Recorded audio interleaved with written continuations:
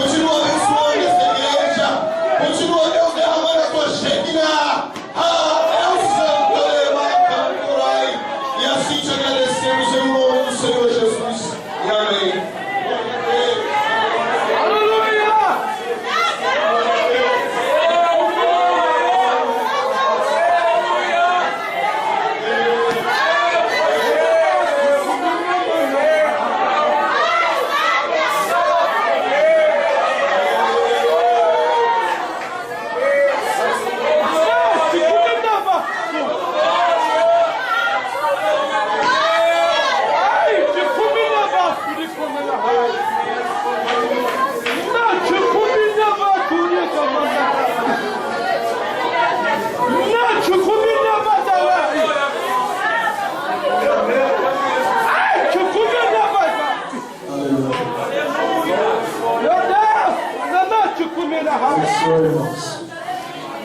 Senhor, irmãos.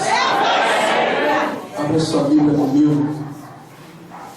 Segunda epístola que o apóstolo Paulo escreveu aos Tessalonicenses. Coloca peso aqui para mim. Glória a Deus. Segunda epístola que o apóstolo Paulo escreveu aos Tessalonicenses, capítulo 3, verso 17. Glória a Deus. Meu Deus. Enquanto os irmãos estão procurando o texto, a palavra do Senhor, eu quero externar os meus agradecimentos a Deus por essa oportunidade de regressar até aqui a cidade de Carangola, Minas Gerais, com essa oportunidade maravilhosa que tenho de ministrar a palavra do Senhor no congresso do 8º aniversário do Departamento dos Homens. O Senhor abençoe vocês, queridos, no nome de Jesus. Eu estou aqui a convite do irmão Jean e também do irmão presbítero Hermes. Deus abençoe a sua vida. Deus abençoe também o pastor Sebastião Caetano, pastor da congregação, cumprimentando esses obreiros. Também cumprimento aqui um grande amigo que Deus nos deu, o presbítero Elias, da igreja ali em Faria Lemos. Que Deus abençoe no nome santo do Senhor Jesus.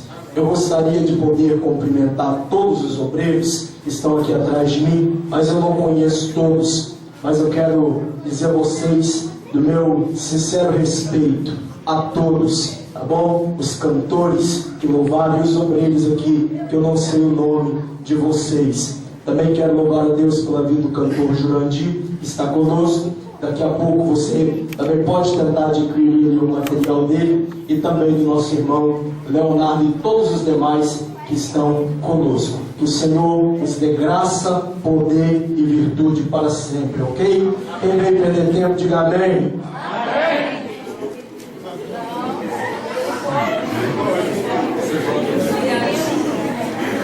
Amém. É sincero. Segunda epístola de Paulo aos Tessalonicenses, capítulo 3, verso 17. Quem achou, diga graças a Deus. Eu, Paulo, repita comigo. Eu, Paulo. Só isso? Fecha a sua Bíblia. Os irmãos podem ficar mais um tempo de pé. Eu não falei nada, irmãos. Pode ficar de pé que eu vou fazer mais uma oração. Amém? Glória a Deus. Diga comigo. Eu, Paulo. Feche os seus olhos. Senhor Deus, em nome de Jesus Cristo, eu gostaria, ó Pai, de louvar e glorificar o Teu santo e bendito nome por tudo aquilo que já aconteceu nesse lugar, ó Deus. Agora eu quero crer que o Senhor vai continuar falando conosco. Usa-me, Deus, de acordo com o Teu querer e de acordo com a Tua vontade, em nome de Jesus. Bem, agora podem tomar os vossos assentos, em nome de Jesus. Glória a Deus. Nós acabamos de ler noite um verso da palavra do Senhor, a qual está na segunda epístola que foi escrita para a igreja de Tessalônica. Na realidade, nós lemos apenas uma palavra escrita e dita pelo apóstolo Paulo. O apóstolo Paulo, todos os irmãos conheceram acerca da sua história.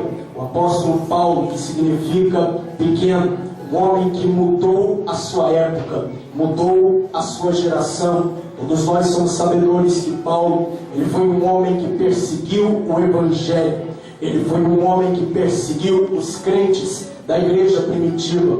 Mas a Bíblia Sagrada nos mostra, em Atos dos Apóstolos, capítulo 9, que um dia Paulo se encontrou com aquele que tem todo o poder nos céus e na terra, cujo nome é Jesus. Quando Paulo se encontrou com Jesus, o texto sagrado nos mostra que ele teve a sua vida mudada. E a Bíblia Sagrada nos mostra que Paulo passou a ser um homem diferente.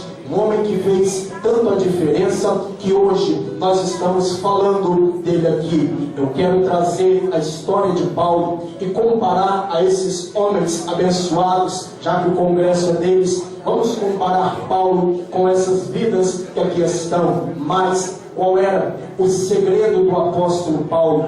Qual foi o maior segredo de tanto sucesso na vida ministerial de Paulo? O segredo de Paulo está no tema da festividade, aonde abrange Efésios, capítulo 5, verso 18. Não vos embriagueis com vinho, em que há contenda, mas enchei-vos do Espírito Santo. Aqui está a palavra dessa noite. O segredo na vida de Paulo, o segredo na vida dos homens da igreja, obreiros da igreja, e o segredo na vida de toda essa igreja é ser cheio do divino Espírito Santo de Deus. E é sobre isso que eu gostaria, dentro de alguns minutos, o horário está avançado, mas eu gostaria de falar alguma coisa essa noite sobre a verdade pneumatológica do Espírito Santo. Esse Espírito que você já sentiu, que te fez chorar, que te fez pular. O segredo de quando o Espírito Santo está na nossa vida. Quando eu falo que o Espírito Santo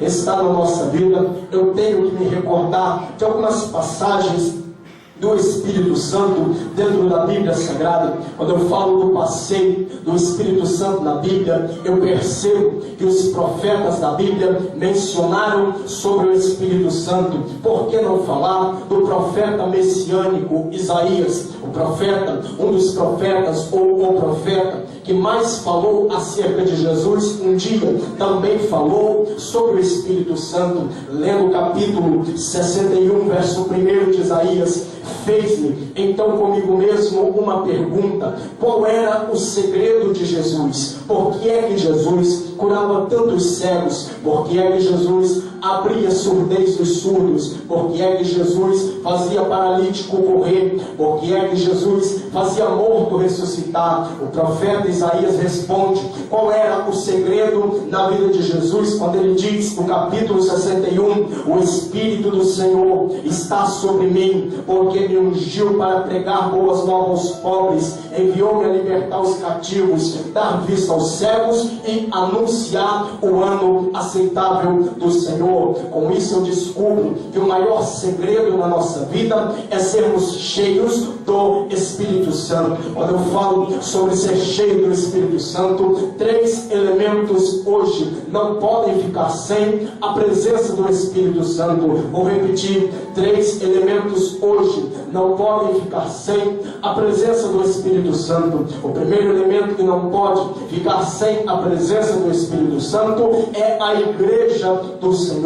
O segundo elemento que não pode ficar sem a presença do Espírito Santo é os pregadores da igreja do Senhor. O terceiro elemento que não pode ficar sem a presença do Espírito Santo é os cantores da casa do Senhor. Vou repetir: o primeiro elemento que não pode ficar sem a presença do Espírito Santo é a igreja do Senhor. Porque igreja que não tem a presença do Espírito Santo é a coisa mais triste do mundo. Igreja que não tem a presença do Espírito Santo é sempre a mesma ladainha, é sempre a mesma liturgia. Já se sabe os hinos que vão cantar, já se sabe a pregação que vai ser pregada, já se sabe a oferta medíocre que vai ser dada, e quando dá 9 horas, todo mundo começa a ficar desesperado, doido para ir embora assistir a novela ou assistir o Big Brother. Igreja que não tem a presença do Espírito é muito triste, mas eu já glorifico a Deus, porque eu sei que dentro dessa igreja a presença de Deus está nesse lugar. Segundo lugar, os pregadores da igreja também não podem ficar sem a presença do Espírito Santo